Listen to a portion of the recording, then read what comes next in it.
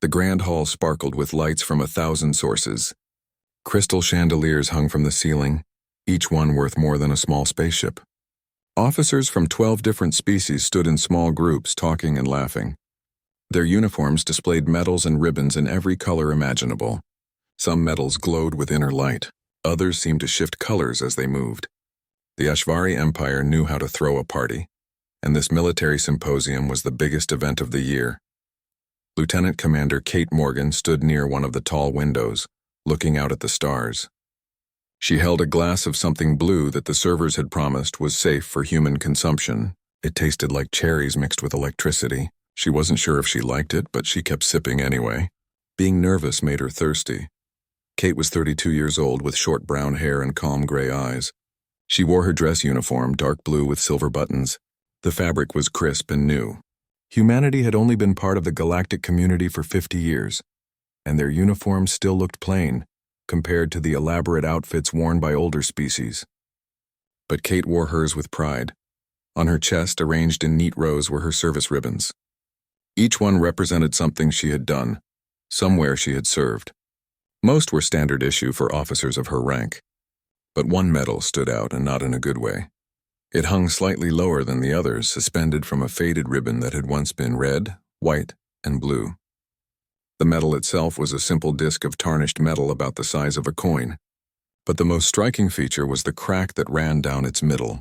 Someone had welded it back together with crude wire, leaving an ugly scar across its face. The inscription on it was so worn that you could barely read the letters. Kate touched it gently, a habit she had developed over the years. The metal was always cool against her fingers.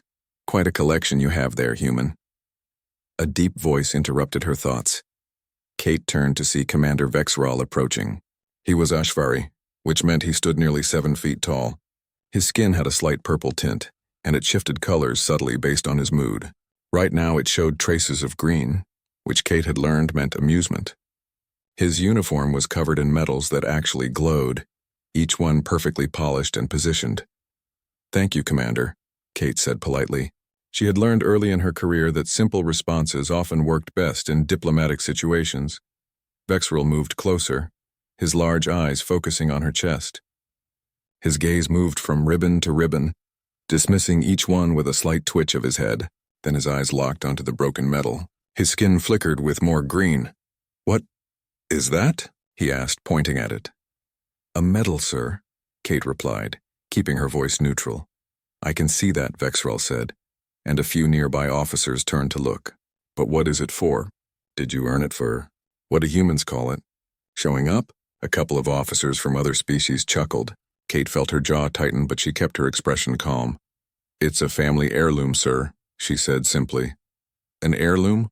Vexral's skin was now almost entirely green with amusement. "My dear human, we wear medals to honor our achievements. We don't wear our grandfather's broken jewelry to formal events." More laughter rippled through the nearby crowd. Kate noticed that several officers had stopped their own conversations to watch. She could feel dozens of eyes on her now.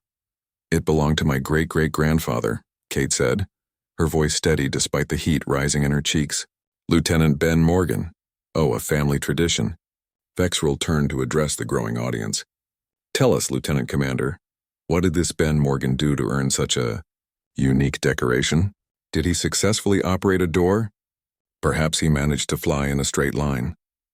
The laughter grew louder. A Kelran officer with too many arms and not enough sense of social grace called out, "Maybe it broke because the achievement was so small." Kate's hand moved to the metal again. She wrapped her fingers around it, feeling the rough edge where the crack had been sealed. She had heard these kinds of jokes before. Humanity was young in galactic terms. They were the newcomers, the species that had barely left their home system when older civilizations had already conquered half the galaxy. People made jokes. It was easier than respect. "It was earned during a conflict," Kate said quietly. "The records don't talk about it much anymore." "A conflict?" Vexral leaned in, his tone dripping with false curiosity. "What kind of conflict? Did you humans have a war over who makes the best beverage? I've heard your species can be quite passionate about their drinks." "No, sir," Kate said. She could feel her heart pounding, but her voice remained level. "It was awarded for service during first contact." "First contact?" Vexral straightened up. his expression showing exaggerated surprise. But humans achieved peaceful first contact with the Valdon traders. I've read the reports myself. There was no conflict, unless you count the confusion over whether your coffee was a legal stimulant. More laughter. Kate said nothing. Come now, don't be shy, Vexrel pressed, clearly enjoying himself. Tell us about this mysterious conflict. Where did it happen? When? What enemy did your ancestor face that left his metal in such poor condition? Kate looked at the Ashvari commander. She could answer him. She could tell him everything. But the words stuck in her throat, not because she was afraid, but because she knew he wouldn't believe her. Nobody would.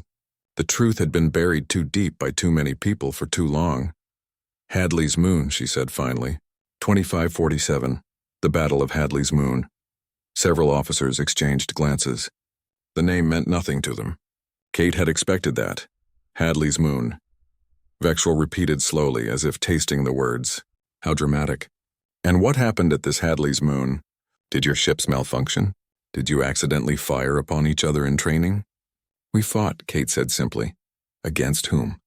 Vexrel spread his arms wide, addressing the crowd. The galaxy had no record of humans until the Valdon made contact. So who exactly did you fight at this mysterious battle? Kate looked him directly in the eyes. You did. The hall didn't go silent. That would come later. Right now the laughter just got louder. Officers from 3 different species were practically howling with amusement. Vexrel's skin had gone so green it almost glowed. Us? He managed between chuckles. The Ashvari Empire fought humans at Hadley's Moon. My dear Lieutenant Commander, I think perhaps you have been drinking too much of that blue liquid. The Ashvari Empire would remember such a thing. We keep very detailed records. I'm sure you do, Kate said softly. Show me these records, Vexrel demanded, his tone shifting to mockery. Show me where the mighty Ashvari Empire engaged in battle with humans before official first contact. Show me this great conflict that left your grandfather's metal so damaged. Or perhaps, he paused for dramatic effect. Perhaps it's simply broken because it was poorly made in the first place. Cheap metal, cheap craftsmanship, awarded for participation in basic training exercises that humans like to call battles. The crowd was fully engaged now. At least 20 officers had gathered around to watch the entertainment. Kate stood alone in the center, one hand still touching the broken metal. My great-great-grandfather was a shuttle pilot, she said, her voice cutting through the noise. He flew supply runs for the colonies. He wasn't even a soldier. A shuttle pilot. Vexrel threw his head back in exaggerated surprise. Well, that explains everything. He received a medal for doing his job. How very human. Do you all get medals for routine tasks? He got the medal because he stayed, Kate said. The words came out harder now with edges. When your fleet arrived. When the bombardment started, he stayed and flew civilians to safety while his ship was falling apart around him. My fleet? Vexrel's skin flickered with traces of orange now, the Ashvari equivalent of irritation. You're claiming the Ashvari Empire bombarded a human colony? That's quite an accusation, Lieutenant Commander, especially one with no evidence. The evidence is classified, Kate said. How convenient, Vexrel sneered.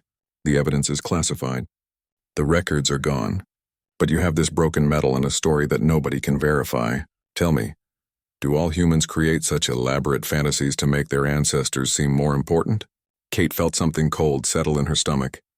It wasn't anger. It was something older, something passed down through stories told late at night through faded photographs and broken metals kept in boxes. It was the weight of truth that nobody wanted to hear. Believe what you want, she said quietly. Oh, I intend to, Vexrel said, turning back to his audience. I believe this human is wearing a broken piece of junk to a formal military event. I believe she's invented a story to make it seem meaningful. And I believe we've all wasted enough time on this foolishness. He started to turn away and the crowd began to disperse, still chuckling among themselves. Kate stood perfectly still, her hand on the metal, her eyes focused on something far away that only she could see. She thought about Ben Morgan, who she had never met but felt she knew. She thought about the other half of this metal, buried on a moon 300 light-years from here. She thought about Amy Richardson, the co-pilot who had died buying minutes for evacuating civilians to escape. And she thought about the truth, sleeping in classified files, waiting for someone to wake it up. Lyra Vesthon moved quickly through the corridors of the diplomatic station. Her boots made soft sounds on the polished floor as she headed toward the restricted section. Other officers passed her, some nodding and greeting, but she barely noticed them. Her mind was racing with possibilities, each one more disturbing than the last. She was young for her rank, only 40 cycles old. Most Ashvari didn't make sub-commander until at least 60. But Lyra had a gift for intelligence work, for finding patterns in data that others missed. It was this same instinct that was now pulling her away from the party and toward the archives.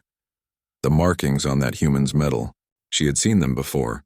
Not exactly the same, but similar enough to trigger something in her memory. It had been during her training at the Imperial Intelligence Academy, in a course about historical threats.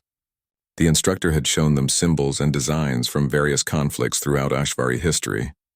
One set of markings had been labeled as classified, shown only briefly before moving on. Lyra reached the security checkpoint outside the archive section. A bored-looking guard, an older Ashvari named Tren, glanced up from his display. "Working late, Sub-Commander?" he asked. "Research project," Lyra said, pressing her hand against the identification panel. "Can't sleep anyway. Too much excitement at the party." Tren chuckled. "I heard Commander Vexerol was entertaining the crowd. Something about a human with a broken medal?" "Something like that," Lyra said, forcing a smile. The panel beeped and turned green, granting her access. "Have a quiet night, Tren. You too, Sub-Commander." The archive room was large and cold. Rows of data terminals lined the walls, each one connected to the vast databases of the Ashvari Empire. Most of the information was public, accessible to anyone with basic clearance. But Lyra had higher access. Her work in intelligence had given her keys to rooms that most officers didn't even know existed. She sat at a terminal in the far corner, away from the few other researchers who were working at odd hours. Her fingers moved across the interface, pulling up search parameters. She started simple. Human military conflicts, pre-contact era, medals and decorations. The search returned thousands of results. Humans had a strange habit of fighting each other constantly before they reached the stars. Their history was full of wars, rebellions, and conflicts over things that seemed trivial to other species. Territory, resources, ideas, beliefs. Humans would fight over anything. Lyra narrowed the search. Hadley's Moon, 2547, nothing came up. The database had no record of any place called Hadley's Moon. No battles. No conflicts. Not even a mention in the human colony listings, she frowned. That was odd. The human had been very specific. Not just Hadley's Moon, but the year 2547. That kind of detail usually meant something real. People who made up stories tended to be vague about dates and places. Lyra tried a different approach. She searched for Ashvari military operations in 2547. The year would have been about 300 years ago in human counting. In Ashvari time, that was roughly 500 cycles. The results showed standard expansion operations. The Third Fleet had been active in that period, pushing into new territories, making contact with potential subjects. Nothing unusual. Nothing that mentioned humans at all. But then Lyra noticed something strange. There was a gap in the records. The Third Fleet's activity logs showed regular reports from cycles 1247 to 1251. Then nothing for nearly 3 cycles. When the reports resumed at cycle 1254, the fleet had lost nearly 40% of its ships. The official explanation was operational losses during expansion activities. 40%. That was catastrophic. Fleet losses that high should have triggered investigations, inquiries, and detailed reports. But there was nothing.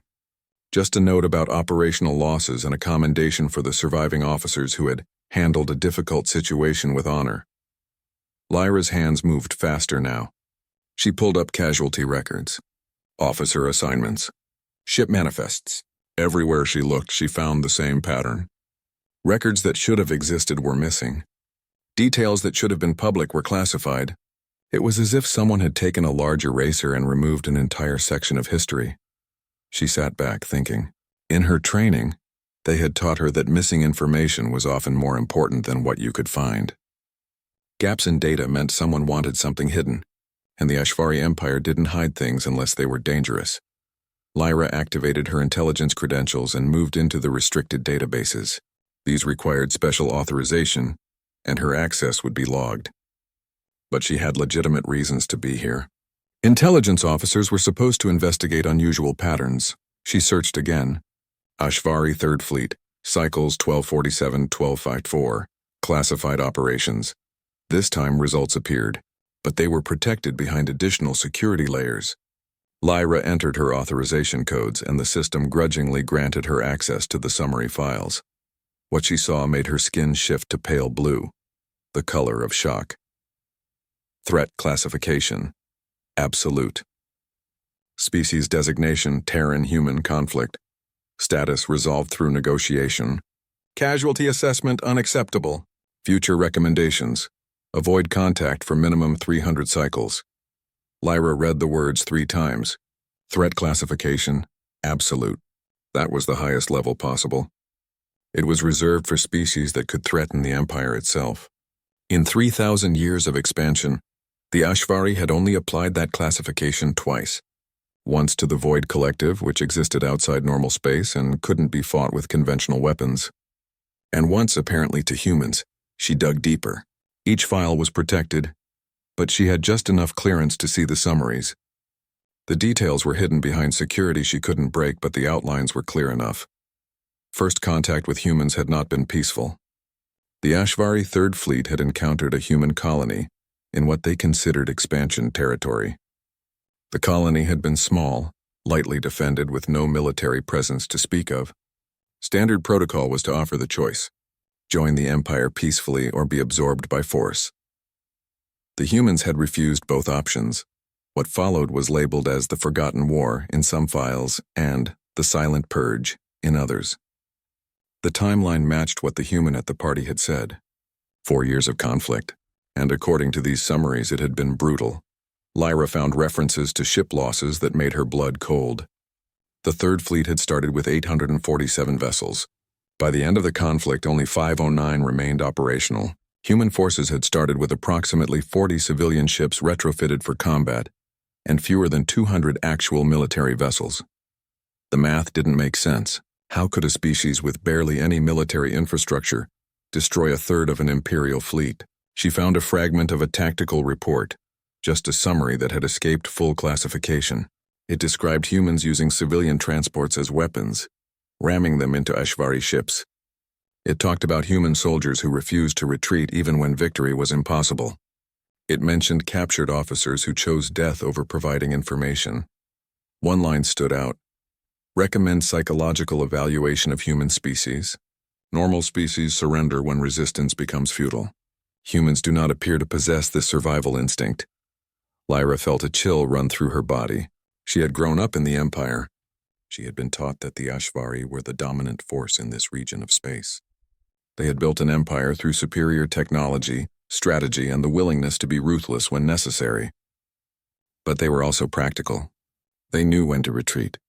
They knew when the cost was too high. Apparently, humans didn't. She searched for the war's conclusion. The summary was brief but clear. After 4 years of conflict and unacceptable losses, the Ashvari Empire had done something they had never done before. They had agreed to a peace treaty instead of forcing subjugation. The terms of the treaty were classified, but she could see enough to understand the basics. The Empire would withdraw from human space. All records of the conflict would be sealed. Humanity would be left alone to develop on their own, and if they achieved faster-than-light travel independently, if they reached out peacefully, they would be welcomed as equals. 300 cycles of isolation. That was the agreement, and it had been exactly 300 cycles since the treaty was signed when the Valdan traders made first contact with humanity. The timing wasn't coincidence. It was careful planning by species who knew what would happen if the truth came out too soon. Lyra sat in silence, staring at the screen. Commander Vexerel had mocked that human for wearing a broken medal. He had laughed at her story about a war nobody remembered. But the war had happened, and the Empire had buried it so deep that even their own officers didn't know it existed. She thought about the human woman, standing alone while people laughed. Kate Morgan, that was her name, and her great-great-grandfather, Ben Morgan, had been one of those humans who fought with civilian ships against an Imperial fleet. The medal wasn't broken from poor craftsmanship. It was broken because it had survived something that should have destroyed it completely. Lyra closed the files carefully, making sure to clear her access logs as much as possible. She couldn't erase the fact that she had been here, but she could make it harder for anyone to see exactly what she had searched for. Then she stood, her legs feeling unsteady. The silence in the grand hall felt heavy, like something physical pressing down on everyone present.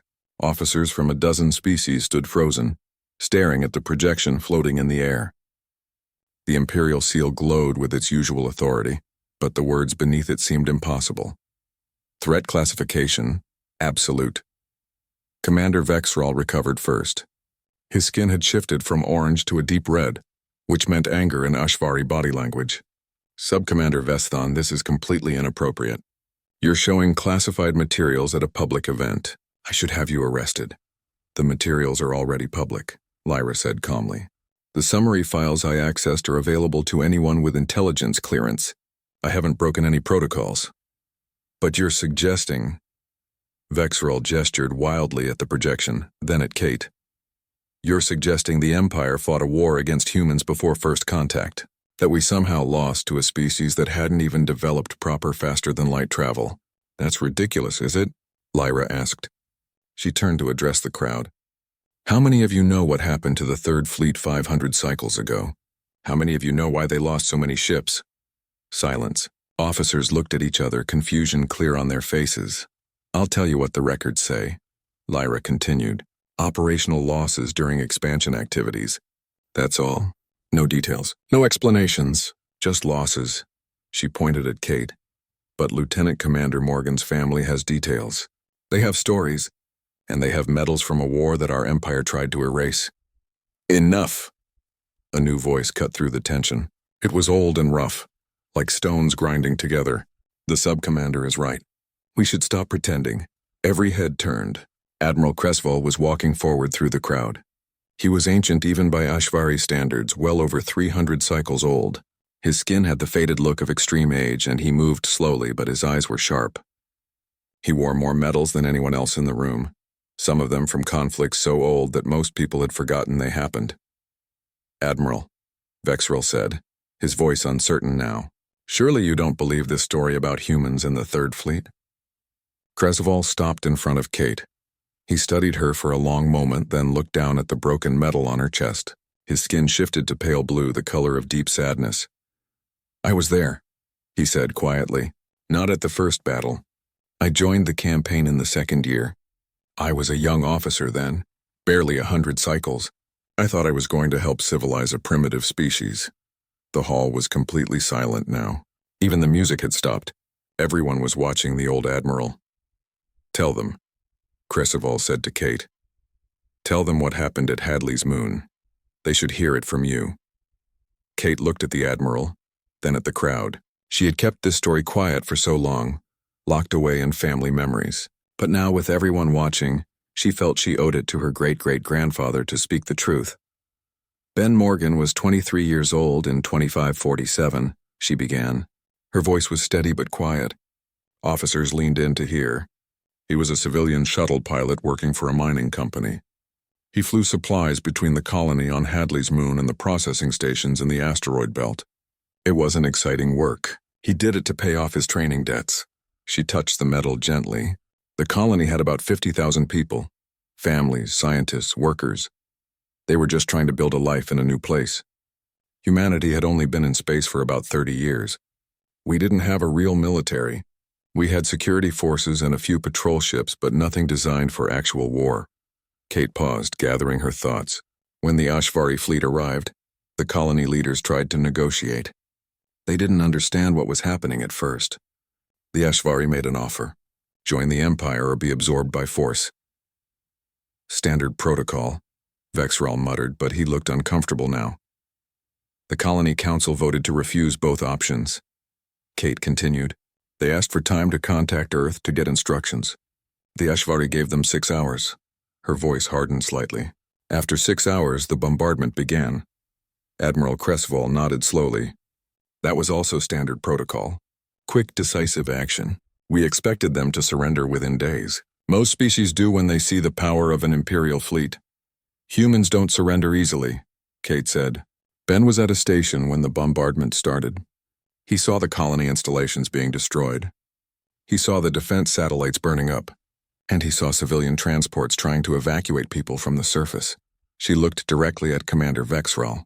Ben's shuttle was old. It could barely make the trip between the moon and the stations, but he turned it around and flew back toward the colony. His co-pilot, Amy Richardson, tried to stop him. She said it was suicide. He said people needed help. Foolish, Vexral said, but his voice lacked conviction. Maybe, Kate agreed, but he wasn't alone.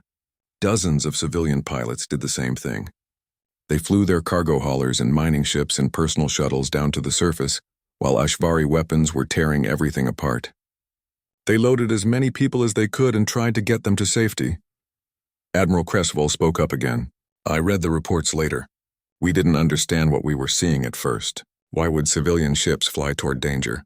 It made no tactical sense. Our commanders thought it was a trick, some kind of strategic deception. It wasn't a trick, Kate said. It was people trying to save other people. Ben made 7 trips. 7 times he flew down to the colony, loaded his shuttle past safety limits, and flew back out through weapons fire. On the 8th trip, his shuttle was hit. She paused, her hand tightening on the metal. The left engine was destroyed. The hull was breached in 3 places. Amy was killed instantly, but Ben kept flying. He had 43 people on board, mostly children. He couldn't land anymore, so he just had to get them to a larger transport that could make it to the next system. The crowd was completely still. Even officers from species that didn't like humans seemed caught up in the story. He almost made it, Kate said softly. He got the shuttle to the transport. Got all 43 people off. Then his ship fell apart completely. The emergency crews found him 3 hours later, still strapped into his pilot seat, still trying to restart engines that didn't exist anymore. And the medal? Lyra asked gently. There weren't any real medals yet, Kate explained. Humanity didn't have military decorations for space combat. We'd never needed them, so the survivors made their own. They took metal from the destroyed stations. They stamped out simple discs. Nothing fancy. Just something to remember who had been there, who had fought. She lifted the medal slightly. Ben received his while he was in medical recovery. It was whole then. But when they told him Amy had died, he took a cutting torch and split it down the middle. He kept half and had the other half buried with Amy's body. He said she'd earned it just as much as he had. Maybe more. Kate's voice wavered for just a moment. He welded his half back together with wire because he wanted to remember that it was broken, that something had been lost. He wore it every day for the rest of his life. And when he died, he left it to my great-grandfather, with instructions to pass it down through the family, to remember. Admiral Creswell made a sound like a sigh. There were 300 of these medals made. I saw one before many years ago. Another human family kept theirs, but I thought all the others had been destroyed or lost. Some families kept them, Kate said. Not many. Most people wanted to forget. But some of us felt like forgetting was worse than remembering. Commander Vexral looked shaken now. His skin had shifted to gray, the color of confusion. But the war, if it was just one battle, one colony. It wasn't just one colony, Admiral Creswell said. His voice was heavy with old pain. After Hadley's moon, we moved on to the next human settlement. And the next? Every time we expected quick surrender. Every time we were wrong. He turned to address the whole crowd. Humans fought with everything they had. Civilian ships, mining equipment, cargo containers used as missiles. We destroyed their military bases in the first month. But that didn't stop them. They kept fighting with whatever they could find. Kate spoke again. There were only 4 human colonies back then. Each one fought. Tens of thousands died. But the colonies held out long enough for Earth to build actual warships and train real soldiers. By the 2nd year, humanity had a navy. It wasn't pretty and it wasn't advanced, but it was determined. Determined, Creswell repeated. That's one word for it. We called it insanity. Humans would ram their ships into ours rather than retreat. Officers who were captured would rather die than give information. Entire stations would self-destruct rather than let us take them intact. He looked around at the shocked faces. I commanded a destroyer in the 3rd year of the war. My ship had superior weapons, better shields, faster engines. We engaged a human frigate that was already damaged. Our victory should have taken minutes. Instead, the battle lasted 3 hours because the human crew refused to surrender, even when their life support was failing. What happened? Someone in the crowd asked. They died, Creswell said bluntly. All of them. Fighting to the last. And do you know what we found when we boarded their ship? A message written on the wall of their bridge. 2 words in their language. Humanity remembers. The party had transformed into something entirely different. What had been a celebration was now an impromptu history lesson, with officers crowded around Admiral Creswell and Kate Morgan. Some had pulled up chairs. Others sat on the floor. The formal atmosphere had dissolved completely. A Kelran officer raised one of his many hands. Admiral, I still don't understand. The Ashvari Empire has fought hundreds of wars. Why hide this one? You've documented every other conflict in detail. They teach them in our military academies. So why erase the war with humans? Creswell looked tired. The weight of 300 cycles seemed to press down on his shoulders. Because this war was different. Because we lost something more important than ships or territory. We lost the certainty of our own superiority. He gestured for someone to bring him a chair, and several officers rushed to comply. Once seated, he continued. The Ashvari Empire was built on a simple principle.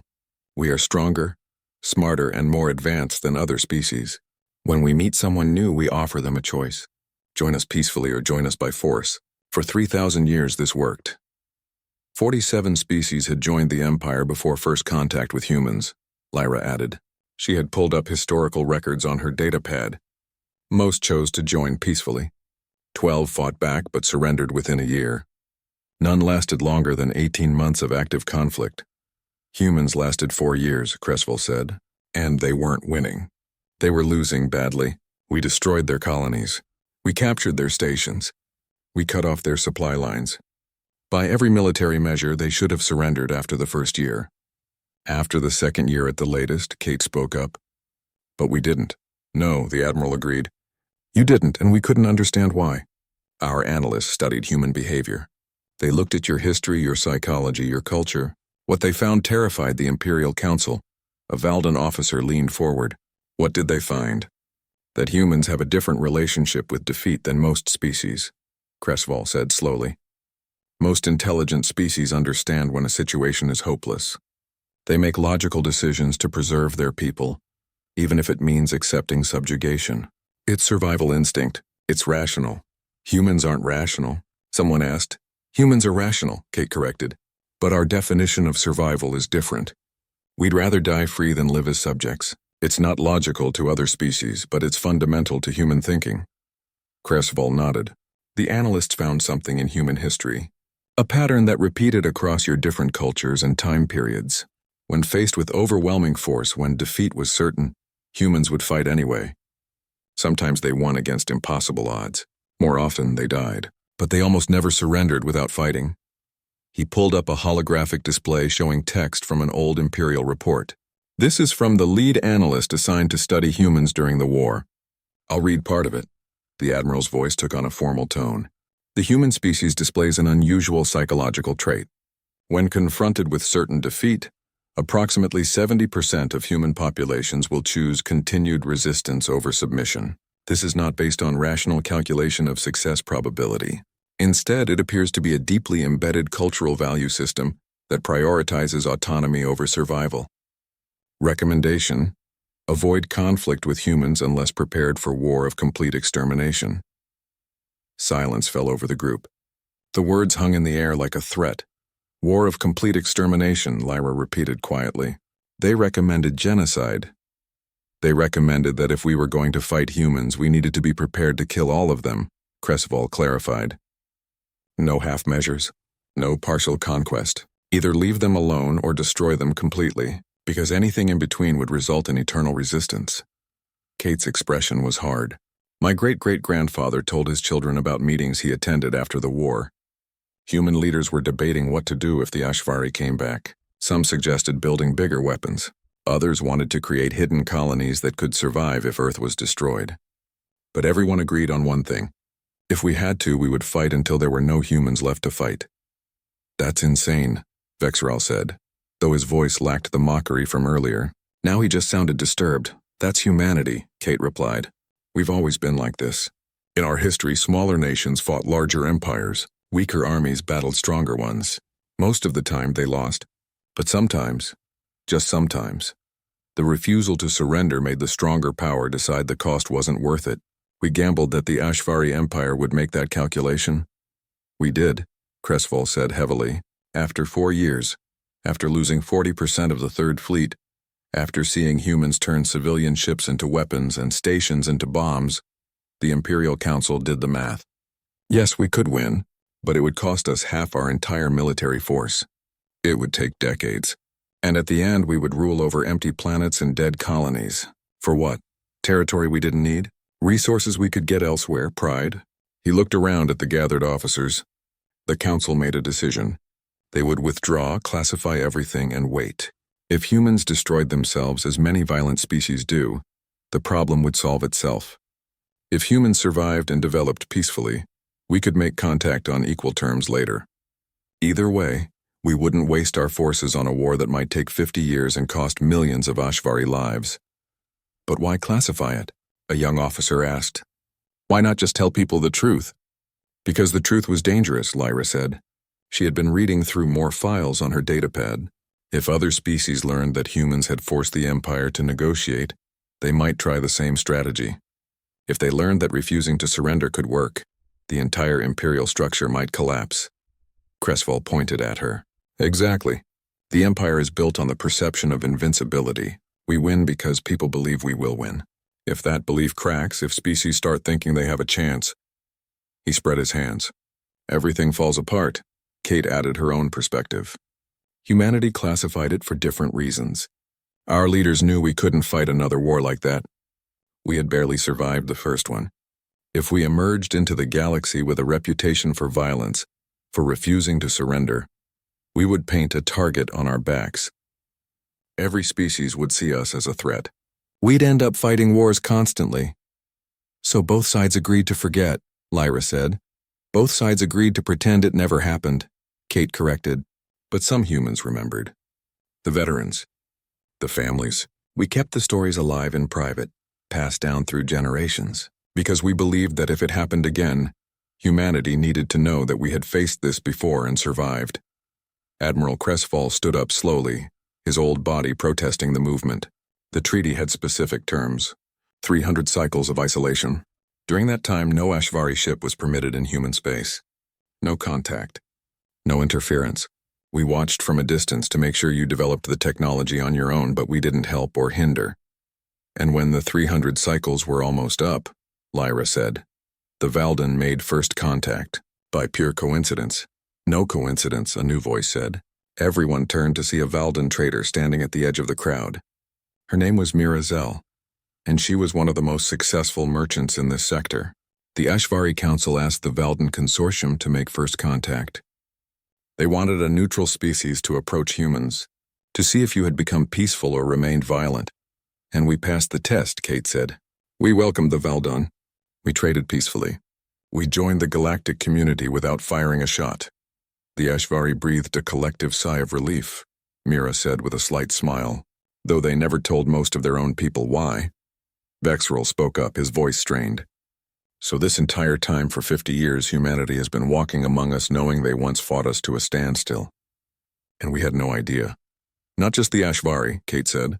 According to the classified files my grandmother accessed before she died, humanity had at least 3 other violent first contacts before we developed our current faster-than-light drive. 2 with species that are now part of the Ashvari Empire. 1 with an independent species that's still around. Who? Several officers asked at once. Classified, Kate said with a slight smile. My grandmother wouldn't tell me. But she said all of those conflicts ended the same way. Mutual withdrawal and agreements to forget. Everyone decided it was better to let sleeping dogs lie. Sleeping dogs? An alien officer asked, confused by the phrase. A human expression, Kate explained. It means don't wake up something dangerous if you don't have to. Cresswell moved back to the center of the discussion. The Imperial Council made one more decision about humans. They created a secret protocol that still exists today. No Ashvari officer above the rank of admiral knows about it, but it's there in the classified systems. What protocol? Lyra asked. If humanity ever attacks the Empire, or if war seems inevitable, our forces are instructed to retreat immediately and request negotiation, Cresswell said. No retaliation. No counterattack. Just pull back and talk, because the Council knows what I know. What every officer who fought in that war knows. Fighting humans is like fighting fire. You might win eventually, but you'll get burned no matter what. Kate touched her medal again. We don't want that, no. Commander Vexerl stood in his private quarters, staring at his reflection in the mirror. His skin was pale gray, the color of deep shame. He had not slept since the party ended 6 hours ago. Every time he closed his eyes, he saw the human officer's face. Kate Morgan, standing alone while he mocked her, making jokes about a broken medal that represented something he couldn't begin to understand. He had spent the last 3 hours reviewing the classified files that Lyra had shown him how to access. The more he read, the worse he felt.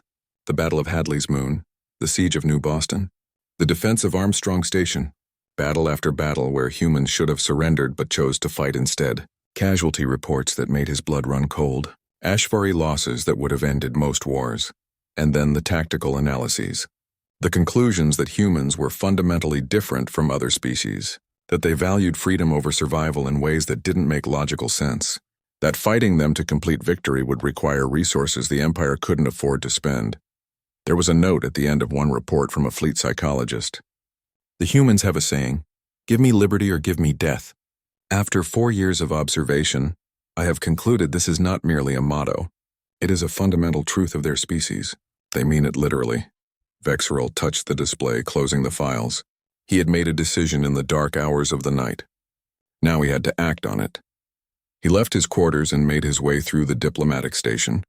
Officers who passed him offered salutes or nods of greeting. He returned them mechanically, his mind elsewhere. He reached the section where human delegation was housed and requested entry. The door opened after a moment. Kate Morgan stood there, already in her uniform despite the early hour. She looked unsurprised to see him. "Commander," she said neutrally. "Lieutenant Commander Morgan," Vexerl said formally. "I wonder if I might speak with you privately." Kate stepped aside, allowing him to enter. Her quarters were simple and neat. A bed, a desk, a small sitting area. Personal items were minimal. A photo of family members on the desk, a few books on a shelf, and there, carefully placed in a protective case on the wall, was the broken medal. Vexerl looked at it for a long moment. In the morning light filtering through the window, he could see details he had missed at the party. The medal wasn't just broken and repaired. There were scratches on its surface, burn marks around the edges, signs of violence and survival. "I came to apologize again," Vexerl said. "My words last night were insufficient. I dishonored not just you, but your ancestor and everyone who fought in that war. In my culture, such shame cannot be easily erased. But I wanted you to know that I understand the depth of my mistake." Kate studied him carefully. "You read the files?" "I did. All night. Every file I could access." Vexerl's skin shifted darker. "I learned things about my own empire that I should have known already. I learned that we are capable of erasing history when it becomes inconvenient. And I learned what humans are willing to sacrifice for their freedom. We're not special," Kate said quietly. "We're just stubborn." "You are both," Vexerl disagreed. "And I wanted you to know that I will be speaking to the Ashvari Military Command. I will recommend that the First Contact War be declassified and included in our military curriculum. Future officers should learn from our mistakes." Kate's expression softened slightly. "That would be good. For both our species." "There is something else," Vexerl said. He reached into his uniform and pulled out a small box. "This is not adequate compensation for my behavior." "Nothing could be. But I wanted you to have it." He opened the box. Inside was a medal. An Ashvari medal. It glowed with soft blue light, and the medal was shaped like a star with 7 points. "This is the Star of Honor. It is given to warriors who display exceptional courage in the face of overwhelming odds. I received mine 30 years ago. I want you to have it. Not for yourself, but for your great-great-grandfather. Ben Morgan earned the respect of the Ashvari Empire. Better late than never." Kate looked at the medal, then at Vexerl. Slowly, she took the box. "Thank you, Commander. I'll keep it with Ben's medal." He would have appreciated the gesture. Vexerl saluted in the Ashvari fashion. Kate returned it with a human salute. The two warriors, from species that had once tried to destroy each other, stood in mutual respect. After Vexerl left, Kate sat at her desk and opened her personal communication device. She had messages waiting, dozens of them. The news of last night's revelation had spread faster than she had expected.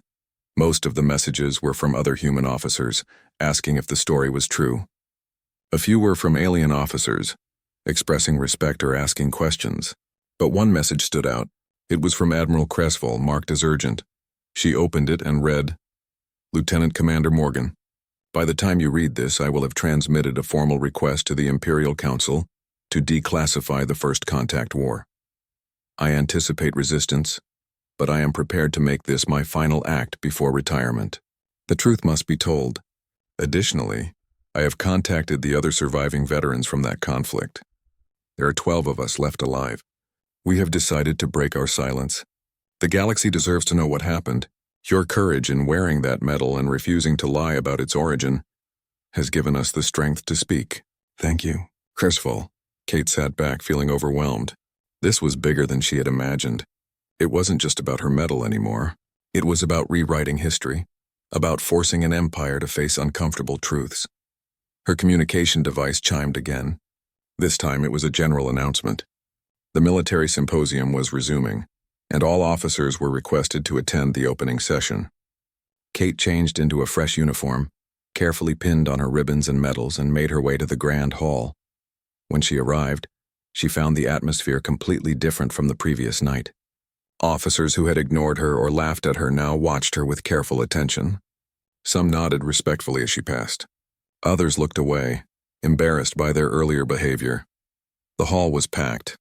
Word had spread, and it seemed like every officer on the station wanted to attend. Kate found a seat near the middle, trying not to draw attention. But she could feel eyes on her, particularly on the broken medal at her chest. Admiral Creswell took the stage. He looked old and tired but determined. The crowd fell silent as he began to speak. "Officers of the Galactic Assembly," he said, his voice carrying through the hall, "I stand before you today to correct a historical error. For 300 cycles, the HFY Empire has maintained a classified record of a conflict that should never have been hidden. Today, with the support of the Imperial Council, I am authorized to declassify that information." A murmur ran through the crowd. Kate felt her heart racing. The Council had approved it? Already? Creswell continued. 500 cycles ago, in the years you know as 2547 to 2551 in the human calendar, the HFY Third Fleet encountered a human colony. What followed was a 4-year conflict that resulted in significant losses on both sides and ended in a negotiated peace treaty. This war was classified by mutual agreement between the HFY Empire and human governments. But secrets have a way of demanding to be told. He gestured toward Kate. Last night, one of your fellow officers, Lieutenant Commander Kate Morgan of the human delegation, wore a medal from that war. When questioned about it, she told the truth. That truth has forced us to confront our own history and the decision to hide it. Creswell activated a holographic display. Images appeared above the crowd.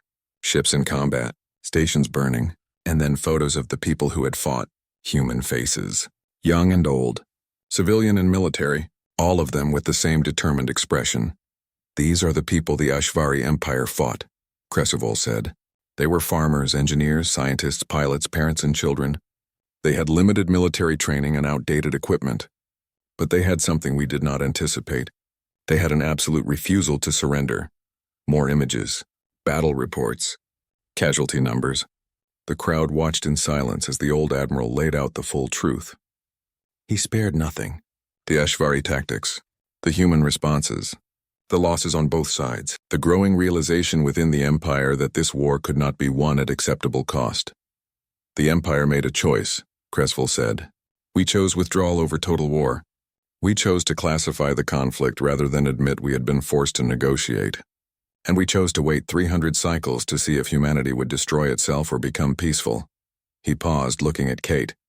Humanity chose peace. They joined the galactic community with open hands and diplomatic words. They have been model members of the Assembly, but some of them never forgot what it cost to earn that place at the table. Creswell walked to the edge of the stage. "I am announcing today that the First Contact War will be added to the HFY Military Academy curriculum. Future officers will study this conflict not as a defeat, but as a lesson. They will learn that technological superiority is not enough, that some species value freedom more than survival, and that making assumptions about an enemy's willingness to fight is a mistake that costs lives." He straightened up. I am also recommending that the Galactic Assembly establish a memorial, a place where we can honor those who died on both sides, where we can remember that peace is built on the bones of